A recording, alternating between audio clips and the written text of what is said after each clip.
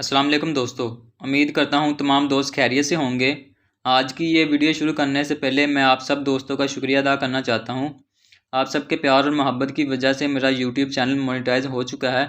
आप सबके प्यार और मोहब्बत का बहुत बहुत शुक्रिया। उम्मीद करता हूँ फ्यूचर में भी आप मेरे साथ ऐसे ही तावन करते रहेंगे। चलिए बगैर वक्त को ज़ाया करते हुए आज के टॉपिक की तरफ बढ़ते हैं। आज का हमारा टॉपिक है रजिस्ट्री और इंतकाल में क्या फ़र्क है। असल में दोनों का मकसद तो एक ही है। इन दोनों के ज़रिए रकबा एक शख्स से दूसरे शख्स के नाम पर ट्रांसफ़र हो जाता है। लेकिन रजिस्ट्री और इंतकाल करवाते हुए आपको किन किन मराहल से गुजरना पड़ेगा, कौन कौन सी दुश्वारियां पेश आएंगी, वो सारी बातें आज की इस वीडियो में हम डिस्कस करेंगे। चलिए बगैर वक्त को ज़ाया करते हुए वीडियो शुरू करते हैं।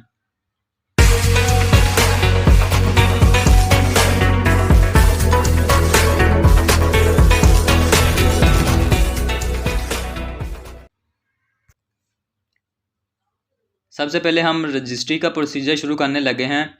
रजिस्ट्री के प्रोसीजर में सबसे पहले रजिस्ट्री करवाने के लिए आपको अपने रकबे की फ़र्द बराए बै की ज़रूरत पड़ेगी, जिसके लिए आपको अपने मुतल्लिका पटवारी को मिलना पड़ेगा। पटवारी को मिलकर आप अपने रकबे की फ़र्द बराए बै लेंगे।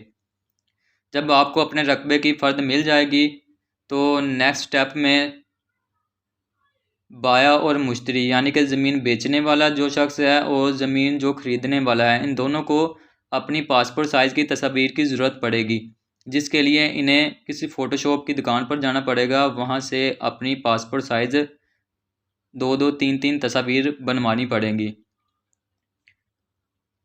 नेक्स्ट स्टेप है हमारे पास स्टेप नंबर 3। इसमें इन लोगों को अपने शनाख्ती कार्ड की फ़ोटो कापीज़ चाहिए होंगी, जिसके लिए इन्हें किसी फ़ोटो स्टेट की दुकान पर जाना पड़ेगा। वहाँ से अपनी फ़ोटो कापीज़ करवाएंगे दोनों, ज़मीन बेचने वाला और ज़मीन ख़रीदने वाला, यानी कि बाया और मुश्तरी दोनों जाकर अपनी अपनी शनाख्ती कार्ड की फ़ोटो कापीज़ करवाएंगे। जब ये तीनों चीज़ें मुकम्मल हो जाएगी, फ़र्द बराए बै, पासपोर्ट साइज़ तस्वीर और शनाख्ती कार्ड की फ़ोटो कापीज़, ये तीनों चीज़ें लाकर आपने रजिस्ट्री नवीस को देनी है। जब आप ये तीनों चीज़ें फ़र्द बराए बै, पासपोर्ट साइज़ तस्वीर और शनाख्ती कार्ड की फ़ोटो कापीज़ रजिस्ट्री नवीस को देंगे तो रजिस्ट्री नवीस इन तीनों चीज़ों से आपकी रजिस्ट्री लिखेगा। जब आपकी रजिस्ट्री लिखी जाएगी तो नेक्स्ट स्टेप में रजिस्ट्री नवीस आपको कुछ चलान बनाकर देगा, जिसमें से कुछ चलान FBR के होंगे, कुछ स्टाम्प ड्यूटी के और कुछ डिस्ट्रिक्ट कौंसल के। ये सारे चलान आपको 2 अलग-अलग बैंकों में पे करने पड़ेंगे। कुछ चलान FBR के नेशनल बैंक में पे होंगे, डिस्ट्रिक्ट कौंसल और स्टाम्प ड्यूटी के कुछ चलान पंजाब बैंक में जमा होंगे। जब फ़ीसें अदा हो जाएंगी तो नेक्स्ट स्टेप में आपको तहसीलदार के सामने पेश किया जाएगा। तहसीलदार साहब बाया और मुश्तरी इन दोनों के बयानात लेंगे और साथ में 2 गवाहान भी पेश किए जाएंगे जो इनकी गवाही देंगे। जब बयानात मुकम्मल हो जाएंगे तो नेक्स्ट स्टेप में आपकी रजिस्ट्री मुकम्मल हो जाएगी और रजिस्ट्री की एक कॉपी आपको तहसील में जमा करवानी पड़ेगी और असल कापी आपको मिल जाएगी। रजिस्ट्री करवाने के लिए आपको 7 अलग-अलग जगहों पर जाना पड़ेगा। सबसे पहले आप पटवारी को जाकर मिले। आपको अपनी फ़र्द की ज़रूरत थी, इसलिए आपने पटवारी से जाकर रब्ता किया। तो नेक्स्ट स्टेप था आप किसी फ़ोटो स्टेट की दुकान पर गए, वहाँ पर जाकर आपने अपनी तस्वीर बनाई। स्टेप नंबर 3 में आप फ़ोटो स्टेट की दुकान पर गए, वहाँ आपने अपनी फ़ोटो कापीज़ करवाई। स्टेप नंबर 4 में आप रजिस्ट्री नवीस को जाकर मिले, आपकी रजिस्ट्री लिखी गई। और स्टेप नंबर 5 में फिर आप बैंक में गए, आपने फ़ीसें अदा की। स्टेप नंबर 6 में आपको तहसीलदार के सामने पेश किया गया, तहसीलदार साहब ने आपके बयानात लिए। और स्टेप नंबर 7 में जाकर आपकी रजिस्ट्री मुकम्मल हुई।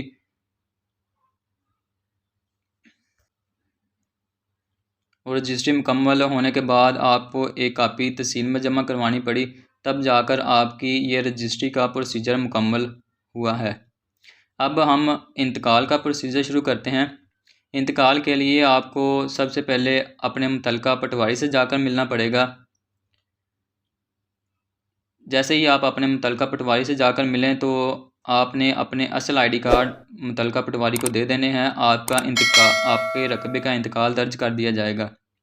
यहाँ पर 2-3 स्टेप तो वैसे ही निकल चुके हैं, आपको ना ही अपनी फ़र्द की ज़रूरत पड़ेगी यहाँ पर, ना ही अपनी फ़ोटोकॉपीज़ करवानी पड़ेंगी शनाख्ती कार्ड की, और ना ही अपनी पासपोर्ट साइज़ तस्वीर देनी पड़ेगी। ये 3 स्टेप तो यहाँ पर निकल जाते हैं, आपको कहीं पर जाना नहीं पड़ेगा, सीधे ही आप पटवारी के पास जाएंगे और आपके रकबे का इंतकाल दर्ज कर दिया जाएगा स्टेप नंबर 1 में। स्टेप नंबर 2 में पटवारी साहब आपको चालान बना कर देंगे। कुछ चालान FBR के होंगे और कुछ डिस्ट्रिक्ट कौंसल इंतकाल फ़ीस के। जैसे आपने रजिस्ट्री के इंतकाल में जैसे आपने रजिस्ट्री में जमा करवाए थे बैंकों में, कुछ नेशनल बैंक में, कुछ पंजाब बैंक में, वैसे ही हम इंतकाल में भी ऐसे ही जमा करवाएंगे। जब फ़ीसें अदा हो जाएंगी तो आपको स्टेप नंबर 3 में तहसीलदार के सामने पेश किया जाएगा। तहसीलदार साहब आपके बयानात लेंगे। जैसे ही आपके बयानात मुकम्मल होते हैं, आपको अपने इंतकाल की नकल मिल जाती है। अब आपने खुद ही मुशाहदा किया होगा, रजिस्ट्री करवाना बेहतर है या इंतकाल। इंतकाल चंद घंटों के अंदर मुकम्मल हो जाता है, जबकि रजिस्ट्री के लिए कम अज़ कम 1 हफ़्ते का वक्त दरकार होता है। 1 हफ़्ते के बाद जाकर आपको अपनी रजिस्ट्री की नकल मिलती है और आपकी रजिस्ट्री मुकम्मल होती है। 1 हफ़्ता आपको लगातार जद्दोजहद करनी पड़ती है और दुश्वारियों और मुश्किलात का सामना करना पड़ता है। जबकि इंतकाल के लिए आपको सिर्फ़ चंद घंटों के अंदर ही आपका इंतकाल मुकम्मल हो जाता है और नकल आपको दे दी जाती है। आपको कहीं पर भी नहीं जाना पड़ता है। सबसे पहले आप पटवारी को जाकर मिलते हैं और बैंक में फ़ीस जमा करवाते हैं और तहसीलदार से आपके बयानात हो जाते हैं और आपका इंतकाल मुकम्मल हो जाता है। उम्मीद करता हूँ आपको आज की ये वीडियो पसंद आई होगी और आपके नॉलेज में कुछ इजाफ़ा हुआ होगा। फिर मिलते हैं मज़ीद ऐसी वीडियो के साथ, तब तक के लिए अल्लाह हाफ़िज़।